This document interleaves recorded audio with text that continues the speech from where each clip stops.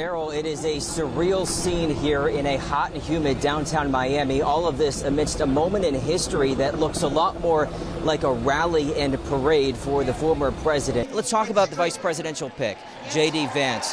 Very excited, but very little political experience. Only 2 years in the Senate. Does that concern you at all? 75% for Trump, 22% for Haley for the state. If we look at Mecklenburg County and Charlotte, where Haley stopped, all right, so it gets a little bit closer. This is where a place that is obviously more Democratic, Charlotte, Mecklenburg County, some younger voters. If we are here on November 5th and we are talking about North Carolina going blue, there's a very good chance Kamala Harris has won the presidency because the Trump campaign needs to win North Carolina. I can tell you the Biden campaign has devoted significant resources. And one other thing I'll mention, Ayanna, is that she had a line that I think was probably the most memorable for the night when she zeroed in on this potential debate and whether it will happen with Trump and really singling out Trump and saying, talk to me, we want to hear from you. If Trump is found guilty in any of these criminal trials, do you still believe he should be pardoned if you become president? I think we have to look at each case individually. As you know, though, legislation can't be written on an individual basis.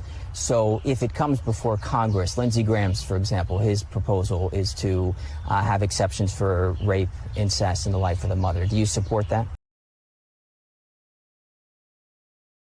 Moving from the southern border to a hotly contested southern state, Kamala Harris hoping to sway voters in the critical battleground state of Georgia. Tonight, Reuben Jones with that part of our campaign coverage.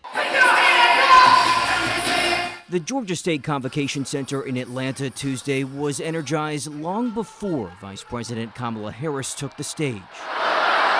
Artist Megan Thee Stallion sang and a DJ pumped up the crowd, which then welcomed Harris with thunderous applause. This was the energy that we desperately need to get us forward to November. It's the kind of energy often seen at former President Donald Trump's rallies, energy the Harris campaign hopes to replicate around the country. Some Democrats waiting in line outside the venue say they are excited by Harris's sudden entry into the race, replacing President Joe Biden. Taylor Louise is preparing to vote in just her second presidential election. I feel like he didn't necessarily represent me as a black woman. I didn't look at him and see myself, so that's usually where the pride comes in. But now I've done a complete switch. I got on the red, white, and blue. If elected, Harris would be the first black woman, and first person of South Asian descent to become president. She also is a generation younger than Biden and Trump. Just seeing from everyone, there's just a stronger energy here that Joe Biden wasn't bringing. You know, he was in his 80s and he was an older candidate. Even if he had that strong record, he was an older candidate. Young voters and black voters will be key for Harris if she's going to win Georgia. But former Georgia Lieutenant Governor, Republican Jeff Duncan, who has endorsed Harris, says she'll also need to appeal to voters around the country who don't typically vote Democrat. There's a group of people that are disenfranchised with Donald Trump, conservative in nature, but ready to see somebody do something other than Donald Trump's leadership style. Rooms like this across the country over the next 100 days have got to give her some leniency to be able to talk to that 10%, bring up issues like immigration, borders control, bring up issues like inflation, things that were tough for the Biden administration, and talk with an articulate voice. Biden beat Trump by only around 12,000 votes in Georgia 4 years ago. Many Democrats had started to write Georgia off, as well as the other southern battleground state of North Carolina, but they have new hopes with Harris emerging as the party's likely nominee. North Carolina hasn't voted for a Democrat for president since 2008, but both states have seen population increases and changing demographics that could help Harris. Georgia is happy to receive all of this attention, right?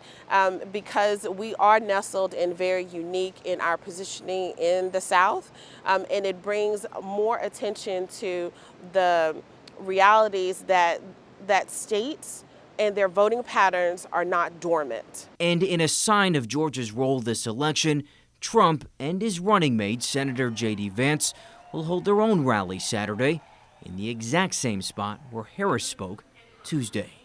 In Atlanta, Georgia, Reuben Jones, Spectrum News.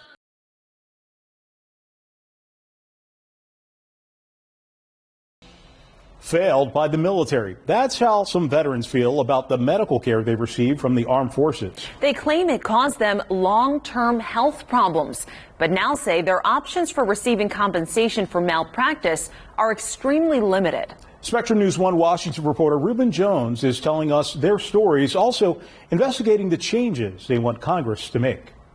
Military service runs through the blood of Des Delbarba. Much of his family has served. I was super excited to be there. Obviously, I was nervous, but good nervous. It was 2019, and Delbarba had just entered basic combat training at Fort Benning, now called Fort Moore in Georgia. The then 21-year-old had reason to be nervous, but for something he never could have imagined. It was basically like hell. A month into training, dozens of recruits came down with strep. That included Delbarba, but despite a positive strep test, he says the medical office that tested him never told him he was infected. It was a Friday, and they never notified me. The whole next 72 hours, I was still positive for strep A. And nobody had told you? Nobody had told me, yeah. Without treatment, he got worse. The strep turned into a flesh-eating disease known as necrotizing fasciitis. He was in a coma for 2 weeks, received multiple surgeries, and today, the once-star lacrosse player is left without a leg, and the other is unrecognizable. Something I never thought I would ever be going through because a medical provider didn't properly want to do their job. Here's the thing, Delbarba had no way of getting compensation for what he says was the military's error. Military hospitals and physicians were largely immune from medical malpractice claims. A law signed later that year by then-President Donald Trump changed that, allowing service members to file claims for issues not related to their military duties, but that still occurred at Department of Defense healthcare providers. It was a win for Delbarba and other victims who suffered malpractice not related to their military duties. But today, very few of those claims have actually been approved. Has this law been executed the way that you expected? Absolutely not. I don't trust DOD to adjudicate these claims fairly because their track record so far has been terrible. In a report by military.com, nearly 600 claims have been filed under the law. Of those, only 20 or 3% have been approved for payment. It's why North Carolina Republican Congressman Richard Hudson, who co-introduced the legislation to let service members file the claims, signed onto a new bill called the HERO Act. It allows service members to take their claims to the federal courts, taking the claims out of the hands of the Department of Defense. DOD has not investigated any of the medical providers who were in my hospital room.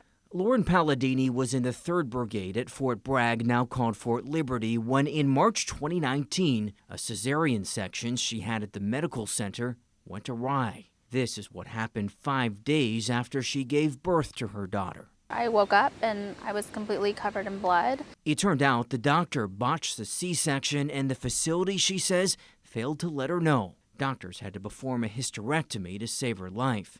Today, this mother, who hoped to have a big family, isn't able to get pregnant again. Extreme PTSD and the mental effects of being 28 years old and not having my fertility. We joined Palladini and Delbarba in June as they came to D.C. to lobby lawmakers to support the HERO Act. Delbarba now struggles to walk, but Delbarba's fight hasn't stopped. It's just moved from the training grounds to the halls of Congress. I'm not the only one. They failed countless others that don't have a voice anymore because they're deceased. I support the military though. I'll always be proud of the military, but there needs to be a change within the system. Delbarba is still waiting to hear back on his medical malpractice claim. Lauren Palladini's claim was denied, but she is appealing it. The HERO Act was referred to the House Judiciary Committee, but its fate going forward is unclear. We did reach out to the Defense Department regarding the concerns from the veterans we spoke with, but it did not reply in time for our deadline. In Washington, Reuben Jones, Spectrum News.